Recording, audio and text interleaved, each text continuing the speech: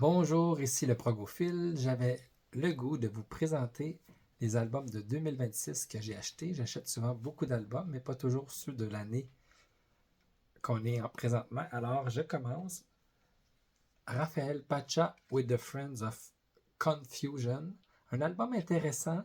J'ai peut-être plus aimé ce qu'il avait fait avant. Il est surtout dans les projets de Samurai of Prague et aussi avec Kimo Porsti. On fait des albums très intéressants.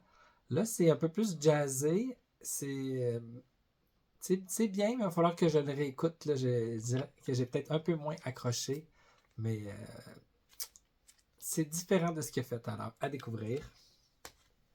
Ensuite, je pense que c'est mon album préféré de l'année. Neil Mars Band, Lift, L-I-F-T. Alors, l'acronyme, vous décidez qu'est-ce que ça veut dire. Un autre album conceptuel avec Neil Mars et sa bande.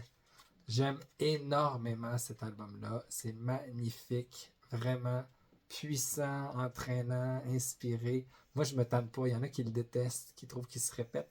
Il ne réinvente pas la roue, c'est vrai, mais j'aime beaucoup, beaucoup cet album-là. C'est efficace, ça rentre au poste, ça nous élève. Tu sais, lift, ça peut aussi vouloir dire lift up your heart, élever votre cœur. Alors, ça nous élève. Moi, j'aime beaucoup, beaucoup cet album-là. Et probablement mon deuxième album préféré de l'année, Big Big Train, Woodcut. Woodcut, c'est la gravure. Je suis allé voir dernièrement l'exposition de MC Escher et ça m'a vraiment donné le goût de replonger parce que la gravure sur bois, c'est ça, toute l'histoire. C'est un album conceptuel, le premier album conceptuel vraiment au complet de Big Big Train sur l'histoire d'un artiste qui fait de la gravure. Là, avec ce que j'ai vu de Escher, j'ai le goût de réécouter l'album avec ça en tête. Très, très beau. C'est magnifique album. Ensuite, un groupe de chez nous qui vient de sortir un album, Code 18, Two Places, québécois. Très bon album. Encore là, il faudrait que je le réécoute. Il y a eu des très bonnes critiques déjà. J'étais très surpris, mais des musiciens excellents de chez nous à encourager. Manquez pas ça. Le dernier album de Einar Solberg, le chanteur de Leprous, excellent. Sa voix est magnifique, c'est cinématique, c'est puissant. J'aime énormément.